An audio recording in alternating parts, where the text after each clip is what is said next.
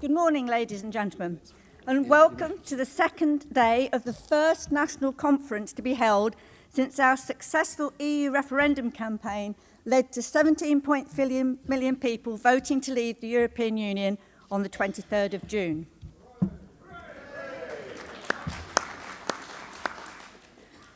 As those of you who were here yesterday know, Friday saw the departure of three of the people who have been fundamental in the success of our party and the EU referendum campaign.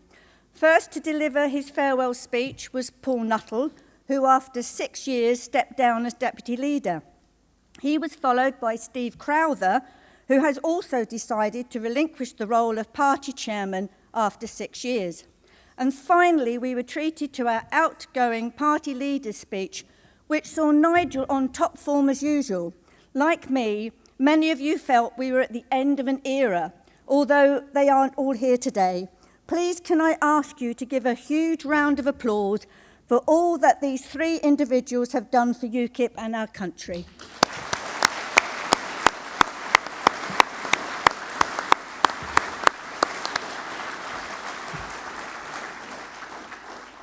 So, as the pre-EU referendum era ended yesterday, the post-referendum era began with the announcement that Diane James had been elected by a sizable margin as our new party leader.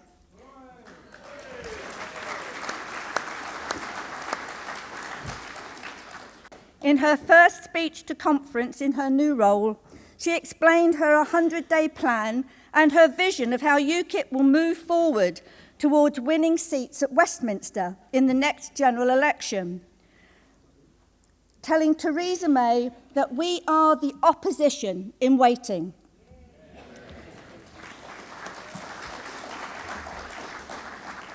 She finished by saying that as one grammar school girl to another, and as a grammar school girl myself, I understand what she means, Theresa May had to stop faffing about and get on with Brexit.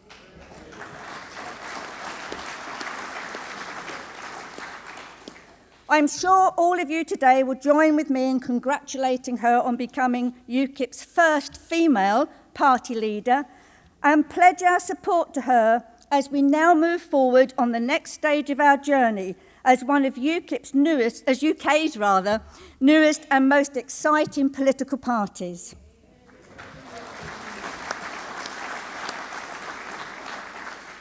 That aside, we also had excellent speeches from William Dartmouth, our trade spokesperson, who explained that the UK does not need to be in the single market to trade with the EU.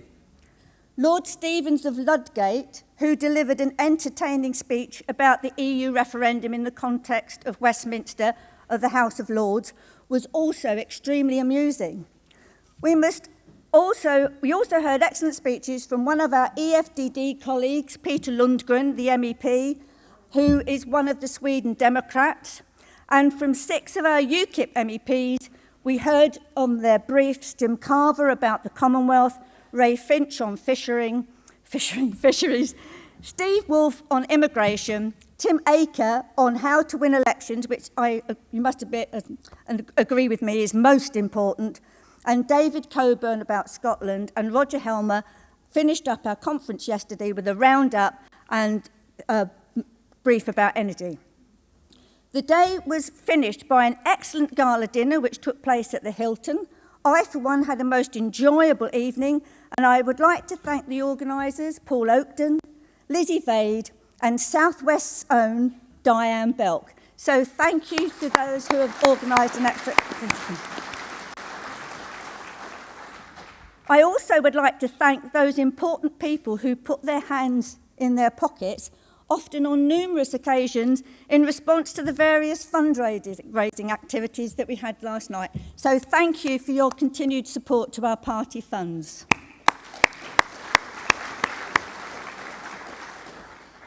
Now we have today's excellent programme of speeches to look forward to, and I hope that you will also visit the exhibition area that's upstairs and the fringe meetings that are also being held today.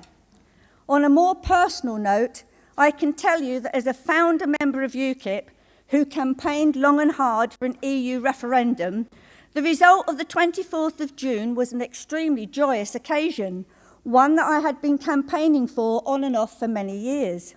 In Poole, where the votes for the South West region and Gibraltar were being collated, it was extremely nerve-wracking, as at the beginning of the count, it looked like the result could go either way. This was made even worse by the Remainiacs gleefully announcing as we walked in that Nigel had just conceded defeat. So Nigel can be wrong occasionally, not very often, but just occasionally.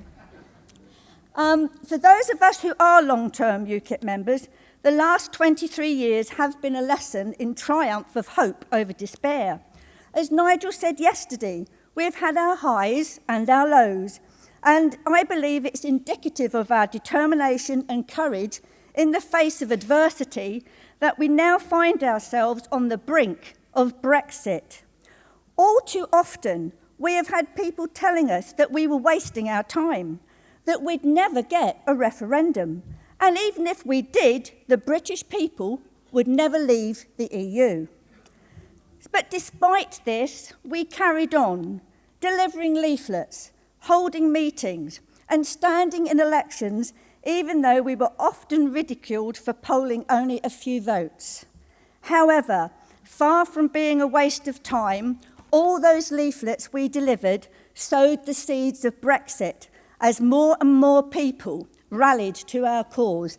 So I'd like to just give thanks to all those people who get out on the streets in all weathers and stick leaflets through doors and hold street stands, and we must applaud them because they have brought us where we are today. So thank you very much.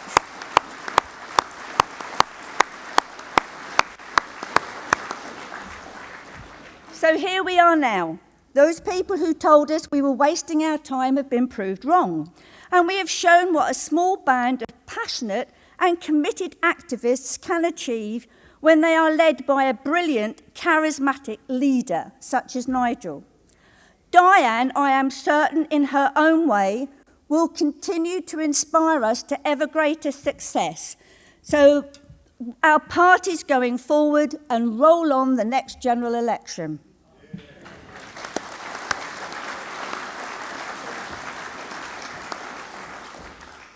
I'd like to finish with a few words about Gibraltar. As one of the MEPs for the South West Counties and Gibraltar, I am proud to represent the people who live on the Rock.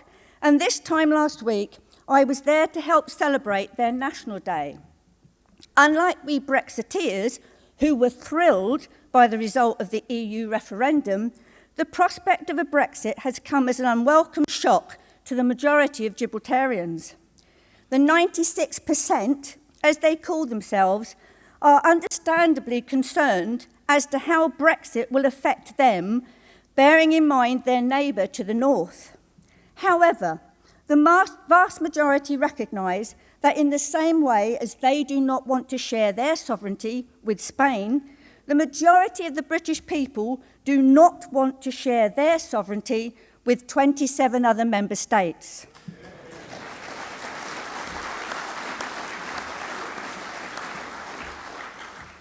They are concerned that they may be used as a bargaining chip during the Brexit negotiations. On a number of occasions during my time there, the Chief Minister Fabian Picardo said, as Brexit means Brexit, British means British, no means no to shared sovereignty with Spain, and friendship means friendship. On that note, I would urge all of us in UKIP to reaffirm our party's commitment to the people of Gibraltar.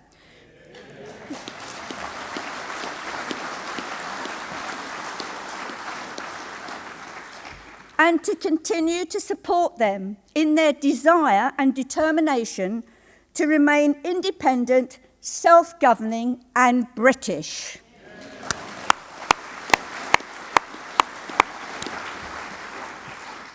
Thank you. And on that note, I'd just like to say, please enjoy your day. Thank you. Thank you, Julia. And I think the conference from that shows resounding support for Gibraltar.